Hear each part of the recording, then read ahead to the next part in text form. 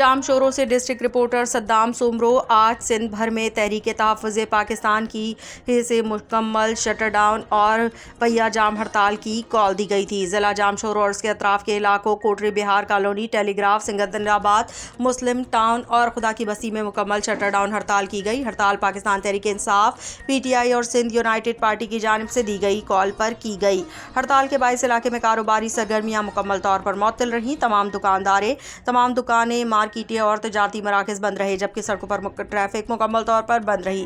اہم شاہراہیں سنسان منظر پیش کرتی رہی اور شہری گھروں تک محدود رہے۔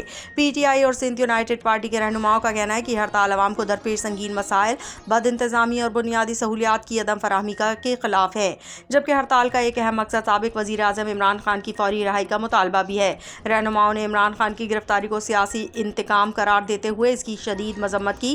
رہنماؤں نے ضلعی انتظامیہ سے مطالبہ کیا کہ عوامی مسائل کے فوری حل اور عمران خان کی رہائی کو یقینی بنایا جائے۔ بصورت دیگر احتجاج کا دائرہ مزید وسیع کیا جائے گا۔ ہڑتال کے دوران سیکورٹی کے سخت انتظامات کیے گئے، تاہم کسی ناخوشگوار واقعے کی اطلاع موصول نہیں ہوئی۔